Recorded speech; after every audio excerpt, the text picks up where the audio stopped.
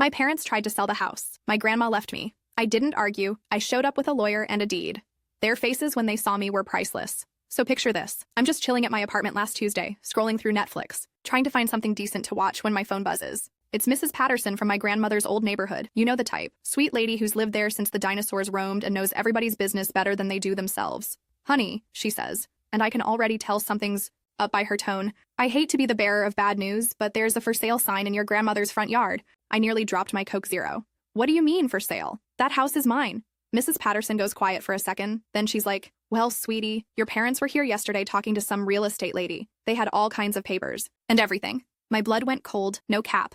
My grandmother passed away 8 months ago, and that little blue house with the white picket fence was literally the only thing she left me. Not because she didn't love my parents or anything, but because she knew how much that place meant to me.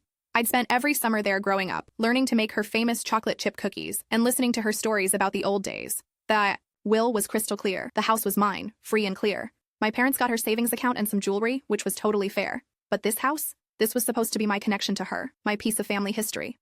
I hung up with Mrs. Patterson and immediately called my mom, straight to voicemail, called my dad, same thing. That's when I knew something sketchy was going down.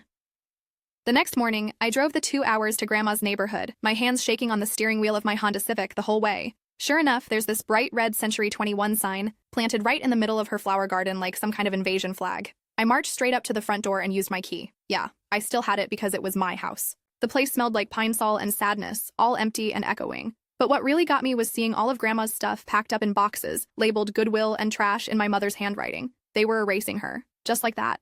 Called the number on the real estate sign, and this perky lady named Jennifer answers. Oh yes, the Wilson property. Your parents are such lovely people. We already have 2 offers above asking price. Actually, I said, trying to keep my voice steady, I'm going to need you to take that listing down. The house isn't for sale. Jennifer gets all confused. But Mr. and Mrs. Wilson signed all the paperwork yesterday. They're the legal owners, according to the deed transfer we received. Deed transfer? What deed transfer? That's when it hit me. My parents had somehow forged my signature and transferred the house into their names. The audacity was just mind-blowing. Update. Holy cow. You guys are amazing with all the advice. Someone asked if I had copies of the original will. Yes, I do, and my lawyer says it's rock solid. But here's the crazy part I didn't mention yet. My parents used my credit score to get a second mortgage on the house without telling me. How is this even legal? Meeting with the lawyer again tomorrow. I drove straight home and tore my apartment apart looking for the will and all the probate documents. Everything was there, black and white, notarized and filed with the county. The house was legally mine, period. Then I started digging deeper. I pulled my credit report, something I probably should have been doing regularly anyway. And there it was, a mortgage in my name for $80,000 against the house. My parents had somehow used my social security number and forged my signature to take out a loan against my property. I felt sick. These weren't just my parents anymore. They were straight-up criminals who happened to share my DNA.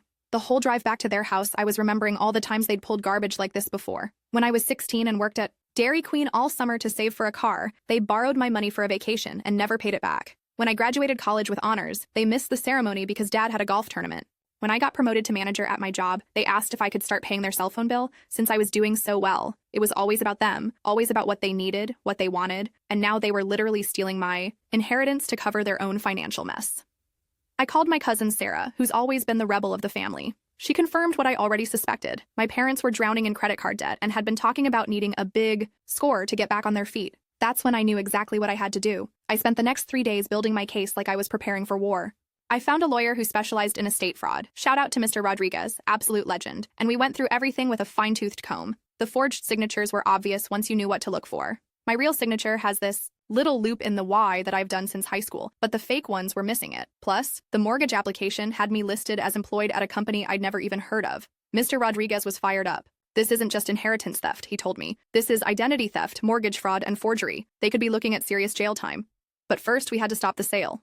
Friday afternoon, I drove back to town with Mr. Rodriguez following, in his Toyota Camry.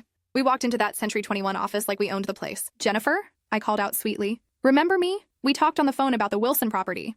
She looked up from her desk with that same perky smile, but it faltered when she saw the lawyer behind me. I'm going to need you to cancel that listing immediately, I said, sliding the original will and probate documents across her desk. And I'll need copies of every document my parents signed, because they committed fraud. Poor Jennifer's face went white as a sheet. She started stammering about how she had no idea, how everything seemed legitimate, how she was just doing her job. No judgment on you, I told her, but this sale stops now. Update. Jennifer from the real estate office called me crying yesterday. Apparently my parents have been harassing her, demanding to know why the listing got pulled and threatening to sue her agency. She's considering filing a restraining order. Also, plot twist, turns out they already spent the earnest money from one of the buyers on a trip to Vegas. This keeps getting worse. While Jennifer was frantically making copies and phone calls, I decided it was time for the main event. I stepped outside and called my parents. Mom answered on the first ring. "Sweetie, how are you?" "Cut the act, Mom. I'm standing outside Century 21 right now with a lawyer, and we just shut down your little real estate scam." The silence on the other end was deafening. "I don't know what you're talking about," she finally said, but her voice was shaking. "The house that Grandma left me. The mortgage you took out in my name. The forged signatures. Ring any bells?" I heard her whisper something to my dad in the background, then she came back on the line. "Honey, we can explain everything. We were just trying to protect you from the responsibility of maintaining a property. We thought it would be easier if we handled the sale and gave you the money. By forging my signature and stealing my credit? By lying to me for 8 months?" Dad grabbed the phone. "Now listen here. We did what we thought was best. That house is just sitting there empty, costing money in taxes and utilities. We figured you'd thank us for taking care of it." "Taking care of it? You were about to sell it and keep the money. We would have given you your share," Mom chimed in from the background, but even she didn't sound convinced. "My share of my house that Grandma left to me?" That's when they started with the guilt trip. How dare I involve lawyers? How could I do this to family? Didn't I know they were struggling financially? Blah, blah, blah. "Here's what's going to happen," I interrupted. "You're going to meet me at the house in 1 hour with every key you have. You're going to sign papers transferring the fraudulent mortgage back to your names only, and then you're going to stay away from my property." "And if we don't?" Dad challenged. "Then my lawyer files criminal charges for identity theft, mortgage fraud, and forgery. Your choice." The line went quiet, then Mom started crying. "You would really send your own parents to jail? You would really steal from your own daughter?" They agreed to meet us at the house. An hour later, I'm standing in Grandma's driveway watching my parents pull up in their beat-up Chevy Silverado. They looked like they'd aged 10 years in the past week. Mr. Rodriguez had prepared all the paperwork in advance. He really was on top of his game. Within 30 minutes, we had everything sorted legally. The mortgage was transferred back to their names, the house title was cleared, and I had written documentation of everything. "The locks are being changed tomorrow," I told them as they signed the last document. "Don't come back here without permission." Mom tried to hug me, but I stepped back. "How could you do this to me? To Grandma's memory?" "We were desperate," Dad said quietly. "The credit cards, the house payment, everything was falling apart. We saw the house just sitting there and thought, you thought you'd steal from me instead of asking for help." That seemed to hit home, because neither of them had an answer for that. After they left, I sat on Grandma's front porch swing for a long time, just thinking.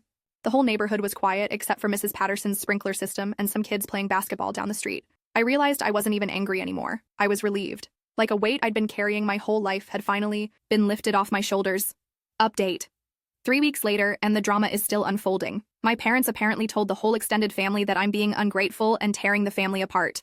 But then my uncle found out about the forged signatures, and now half the family isn't speaking to my parents either. Meanwhile, I've been fixing up the house on weekends, and it's starting to feel like home again. Found a box of Grandma's old photo albums in the attic that made me cry happy tears for an hour. The next few weeks were wild. My parents started a full-scale family drama campaign, calling every relative we had to complain about how I was destroying the family over a house. But here's the thing about truth. It has a way of coming out. My Uncle Dave, who's an accountant, got curious and started asking questions. When he found out about the forged documents and identity theft, he was furious. Uncle Dave had loaned my parents money before and was starting to wonder if they'd been lying about other things too. Then my cousin Sarah posted about it on Facebook, not naming names but talking about how family doesn't steal from family. My Aunt Linda commented asking for details, and pretty soon the whole story was out there. The family divided pretty much down the middle. The older relatives who remembered Grandma were on my side, especially after they heard about the forged signatures. But some of my parents' friends and a few cousins thought I was being too harsh. I didn't care. I was done with their opinions. Instead, I threw myself into fixing up the house. Every weekend, I'd drive down with a cooler full of Dr. Pepper and whatever tools I needed from Home Depot. I stripped the old wallpaper in the kitchen, painted the living room the same soft yellow Grandma always loved, and planted new flowers in her garden. The house started feeling alive again. Mrs. Patterson would come over with iced tea and updates on the neighborhood gossip. Turns out my parents had been telling people I was selling the house and moving to California, trying to explain away their involvement in the listing. I never believed them, Mrs. Patterson told me while I was weeding the front flower bed. Your grandmother always said you were the only one who really understood what this place meant. That made me cry right there in the dirt, happy tears mixed with missing her so much it hurt. I also discovered some amazing stuff while cleaning out the house. In the back of Grandma's bedroom closet, I found a shoebox full of letters I'd written her over the years, even stupid ones from elementary school about my pet hamster. She'd kept every single one. And in the attic, there was a cedar chest I'd never seen before, full of photo albums and family history stuff going back generations. Pictures of my great-grandparents, old newspapers, even my grandmother's high school yearbook. It was like finding buried treasure. My parents tried calling a few more times, but I let everything go to voicemail. They left messages alternating between angry accusations and pathetic apologies, but I was done engaging with their drama. The real turning point came when I got a letter from their mortgage company. Apparently, without the house sale money they'd been counting on, they'd defaulted on their own home loan. They were facing foreclosure. Part of me felt bad for about 5 minutes. Then I remembered them forging my signature and stealing my credit, and the sympathy evaporated. They made their choices. I was making mine. I decided to move into the house permanently. My lease was up in 2 months anyway. And honestly, living in Grandma's place felt like coming home in a way my apartment never had. I transferred to a branch of my company closer to town, took a small pay cut but gained a huge quality of life improvement. No more rush hour traffic, lower cost of living, and neighbors who actually knew each other's names. The house itself became my project and my therapy. I refinished the hardwood floors, updated the bathroom with a clawfoot tub I found at an antique store, and turned Grandma's old sewing room into a home office. But the best part was the garden. Grandma had always been proud of her tomatoes and roses, and I was determined to bring both back to their former glory. I spent hours watching YouTube videos about pruning and fertilizing, turning into the kind of person I used to make fun of. My parents' financial situation kept getting worse. Through the family grapevine, I heard they'd had to move in with my dad's brother and were fighting constantly about money. Some relatives kept hinting that I should help them out, maybe let them rent the house cheap or something. Not happening. Started volunteering at the local senior center, reading to residents and helping with activities. It felt like something Grandma would have done, and it gave me a sense of purpose beyond just my regular job. One lady there, Mrs. Chen, reminded me so much of Grandma that I started spending extra time with her. She'd grown up in China and had all these incredible stories about immigrating to America in the 1960s. We became genuine friends, and she started teaching me how to make authentic dumplings. 6 months after the whole real estate fiasco, I was living my best life. The house was gorgeous, my job was going well, and I felt more at peace than I had in years. Then my parents showed up unannounced on a Saturday morning. I was outside watering the tomatoes when their truck pulled up. They looked rough, worn down, and desperate in a way that would have broken my heart a year ago. "We need to talk," Mom said, getting out of the passenger side. "No, we don't," I replied, not turning off the hose. "Please," Dad said. 5 minutes. I looked at them standing there in my grandmother's driveway, and all I felt was tired. Not angry, not sad, just exhausted by their whole existence. Fine, 5 minutes. They launched into this whole speech about how sorry they were, how they'd made mistakes, how families should stick together. Dad even teared up talking about how much they missed me. "We know we messed up," Mom said, "but we're family. Family forgives each other." I let them finish, then set down the hose and really looked at them. "Do you know what family actually means?" I asked. Because Grandma knew. Family means protecting each other, supporting each other, celebrating each other's successes, instead of trying to profit from them. "We were desperate," Dad repeated, like it was some kind of magic excuse. "So was I when I was 16 and you spent my car money on vacation. So was I when I needed help with college and you were too busy with your own problems. But I never stole from you. I never forged your signatures or destroyed your credit." They didn't have an answer for that. "Here's the thing," I continued. "I forgive you. Not because you deserve it, but because holding on to anger was eating me alive. But forgiveness doesn't mean trust, and it definitely doesn't mean access." I walked back toward the house. "Your 5 minutes are up." "So that's it?" Mom called after me. "You're just going to cut us out forever?" I turned back one last time. "You cut yourselves out when you chose theft over honesty. I'm just acknowledging reality." They left, and I never saw them again. That was 2 years ago. The house is now everything I dreamed it could be. A place where friends gather for barbecues, where Mrs. Chen comes over for dumpling-making sessions, where I host book club meetings in the living room. Grandma and I used to watch old movies together. I still get updates through the family network. My parents eventually divorced, couldn't handle the financial stress and blame game. Dad moved across the country to live with his sister. Mom remarried some guy she met online and moved to Florida. Some relatives still think I was too harsh, but most of them have come around. Especially after Uncle Dave did some digging and discovered my parents had borrowed money from several family members over the years with similar sob stories. The house is paid off, thanks to the rental income I generated for the first year before moving in full-time. The garden produces enough tomatoes to supply half the neighborhood, and every evening I sit on that front porch swing with a glass of sweet tea, watching the sunset and feeling Grandma's presence in every creak of the wood and rustle of the trees. I protected what she wanted me to have. I protected myself, and I built the life I actually wanted instead of the one everyone else expected me to accept. Sometimes family isn't about blood. Sometimes it's about who shows up, who keeps their promises, and who loves you enough to want what's best for you instead of what's best for them. Grandma knew that. Now I do too, and I've never been happier.